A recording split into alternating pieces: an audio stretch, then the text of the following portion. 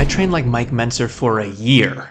Actually about 13 months at the time of this recording, and today I'm going to summarize an entire year of lessons learned into this video. In the last year, I've taken every single working set to failure, and sometimes quite far beyond. We'll talk about what surprised me, what was good, what was bad, who this style of training might be useful for, and ultimately why I'm going to continue training in this high-intensity method for probably at least another year. The last rep would be the only one where we say it requires literally 100% intensity of effort. You're gritting your teeth, you're shaking all over, and you barely get the bar to the top. Now I ask you, which repetition of that set is more likely to stimulate an increase in strength and muscular size? The first rep, which is the least intense, or the last rep, the hardest one? The only rep requiring 100% intensity of effort.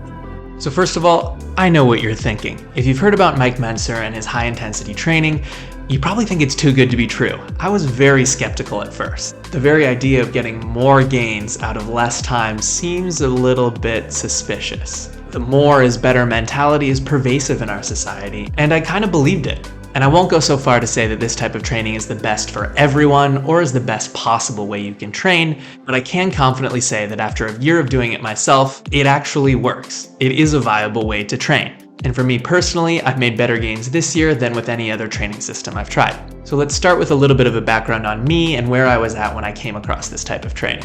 I've been doing weightlifting for about 5 years, but I've always struggled with recovery, and I don't think it's because I'm neglecting the obvious areas of recovery, like sleep, nutrition, and stress. I've worked really hard to improve my habits in those, and I've come a really long way, but nonetheless, I really don't think I recover fast from training. I was also struggling a lot with injury. In the year before this style of training, I had a flare-up of golfer's elbow, and I had 2 cases of bicep tendonitis in the right shoulder from overtraining overhead pressing. Finally, I had also plateaued on some of my core strength exercises. For example, one of my goals has been to get the full front lever, but I had been stalled at the straddle front lever for quite some time, and I just could not seem to make any progress on it. I started thinking that maybe my problem that I was close to maximizing my level of strength for the amount of muscle I had actually built. So I started looking into ways to increase the size of my lats when I came across Mike Mentzer. He was very much trending about a year ago, and I started watching some videos, and finally one week while I was feeling ill, I read his entire book, Heavy Duty Training, The Mike Mentzer Way. And it's a really good book, and I highly recommend reading it for any of you who haven't out there. There are a lot of good ideas in it, and so when I read that, it convinced me to just go all in. And I was like, fuck it, maybe I should just try heavy duty training for all of my training rather than just for the lats and see what happens. So I decided to take his ideal program, swap out some of the exercises for ones that were more related to my goals, and get into it. So I know most of you are probably most interested in what my muscle gains were, so you can scroll to the end of the video to hear about that if you want to, but honestly some of the other benefits were even more impressive to me than I expected, so I'm going to talk about those in first because they're actually more important to me and made a bigger impact on my life. So the first and most valuable thing I experienced from a year of high-intensity training was no injuries.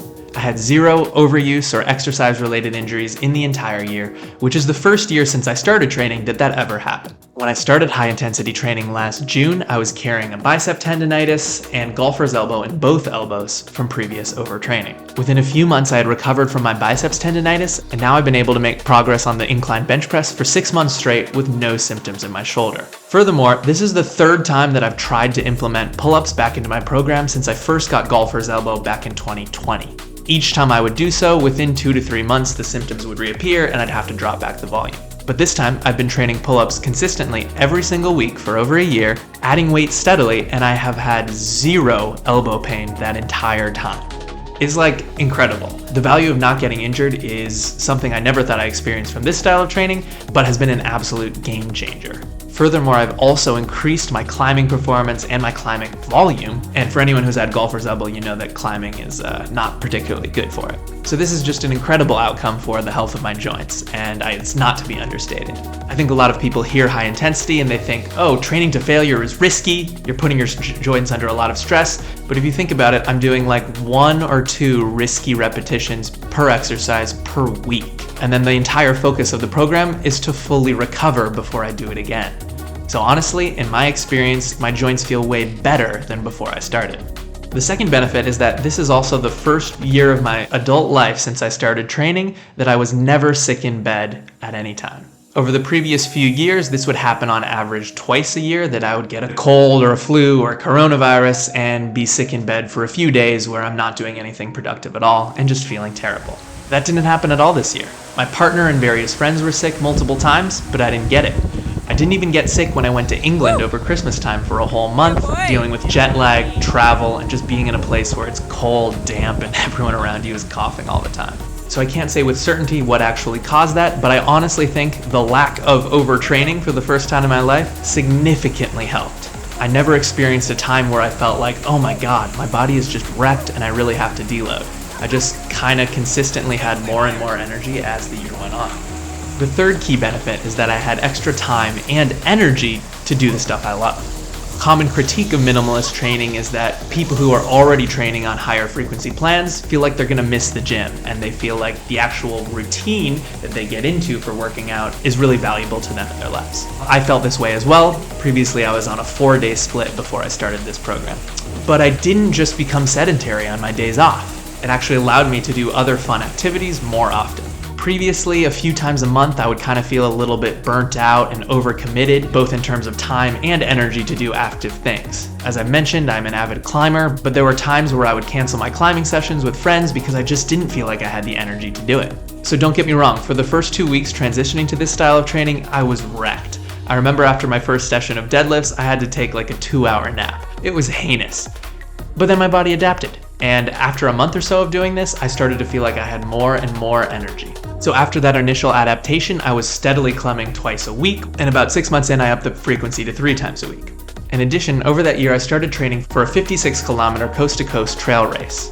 For the whole year, I averaged 2 hours of running per week, and then in the 2 months before race time, I was doing 4 to 6 hours a week. So I think Mike Mentzer himself would not have approved of this. He would say that doing too much cardio is just stealing too much energy that could be going into your recovery and muscle growth. But regardless, I was able to train these two very different things, both in terms of the time and recovery, in a way that I had never previously been able to do with other training forms. I also just got to spend a lot of time doing the active hobbies that I love in my life. I went spearfishing, I went hiking, camping, and I just enjoyed my life. And at the end of the day, I got into training in order to improve my health, my wellness, and my enjoyment of the experience of living, not to replace it. I think a lot of people get into training and they start to lose the forest for the trees. Though I do love lifting weights, I need to remember that I do it to improve my life, not to take it over. One of the key skills I learned from this style of training was a mindset of actually trying hard. I really think that anyone could benefit from recalibrating their notion of hard in their training by doing a high-intensity workout from time to time.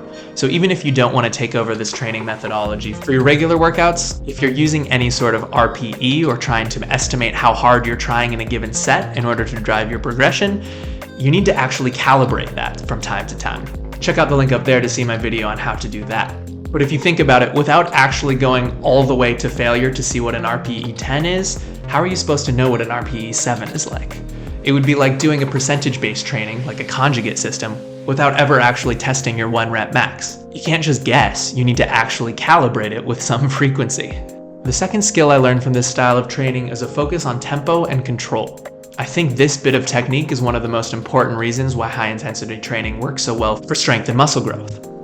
The idea of avoiding momentum was something that had totally eluded me when I was just trying to train for low repetition, high strength performance in the past. In watching back some of my videos a year later, I've noticed that I haven't kept the tempo as constant with some of my pulling exercises. So that'll be something to refocus on in the coming months of training. So now let's talk about the objective strength increases that I made during this plan. In short, I got stronger on a 10 rep max of every single exercise I trained during this whole year. Here are a couple examples for you. On chin-ups in my first workout, I did body weight for 10 repetitions at 80.8 kilograms of body weight. And then my best performance in the year was 28 kilograms added for 10 repetitions, still at 80.8 kilograms of body weight, which was a 36% in absolute load lifted for a 10 rep max. And I fixed my elbow pain. On barbell bent over rows, I started out at 42 kilograms for 10 reps, and now I'm on to 64 kilograms for 10 reps. This is a 52% increase, and I didn't even train this for 3 of the months that I was actually doing it, swapping this out for dumbbell pullovers. On the seated bicep curl, I took my 8 rep max from 14 kilograms to 17.5 kilograms, which is a 25% increase on an isolation exercise. And I did many more exercises that I won't talk about here, but the trends were the same. Consistent strength increases across the board. Now let's talk about the physical changes. I wouldn't have said I ever looked jacked before, but these days, I kind of feel that way. I started out at 80.8 kilograms, and now 13 months later, I'm at 83.8. My weight went steadily up for the first few months, and then I did a large diet change where I adopted a carnivore diet, which had me dropping a bunch of fat very quickly. Stay tuned for my carnivore diet videos when they drop in October when I finish a year of doing that. At that point in October, November, I was the most ripped I've ever been in my life by far. Since then, I've gained back up to just under 84 kilos. And my shoulders and my pecs are way more defined than they've ever been. A lot of shirts that I have just don't fit around the shoulders anymore. And I have 2 inches of my lats that you can now see from the front, which just did not exist before. Over the next year, I'm gonna try to actually bulk a little bit rather than just sort of maintain for most of the year, and we'll see what happens. Ultimately, I'm not a bodybuilder and I don't have one of the best physiques on the internet, so take this with a grain of salt. And keep in mind, of course, that your results will vary. We have different genes, different ability to recover, and different abilities to grow muscle. That said, I've gained more muscle in this last year than I did for the first 3 years of training combined, so I'm super happy with my results. So yeah, you can probably tell I'm really stoked on this style of training. It's been an absolute game changer for me. I want to quickly talk about what populations of people watching might be interested in this type of training and who might benefit from it. Group number 1 would be busy people. So this could be parents, people with jobs, or just people who struggle to fit training into their busy lives. Likewise, anyone who's just into the concept of minimalism and wants to get more out of less, this is about as minimal as it gets. Each workout session takes me less than an hour, and I only do 2 of them a week. So it's less than 2 hours a week of training, and I'm making better gains than when I was doing over 5 hours. I can't say whether it'll be better for you than a more high frequency plan, but it definitely will take you less time. So if time is important to you, this could be something worth trying. The second group of people is people who recover poorly. That was definitely me, and I think to some extent it still is me. If you think you already have your sleep and your nutrition dialed, and yet week after week you just get more and more tired from training and you feel like you're not recovering, this could be a style to try out. The emphasis is on getting the shortest possible amount of stimulus and the maximum amount of recovery. The third group of people who could benefit is people who just get injured a lot. If you're getting multiple overuse injuries per year and you can't seem to shake them, this could be a style of training for you. Drastically reducing the volume of your training could be just what you need to get healthy and stay healthy. The final group of people who might benefit from this are people who have already been strength training for some time and who have gotten a fair bit stronger, but they haven't actually built that much muscle. In that case, you're probably just lacking intensity of training and not going to failure often enough, and this can be the perfect antidote for that.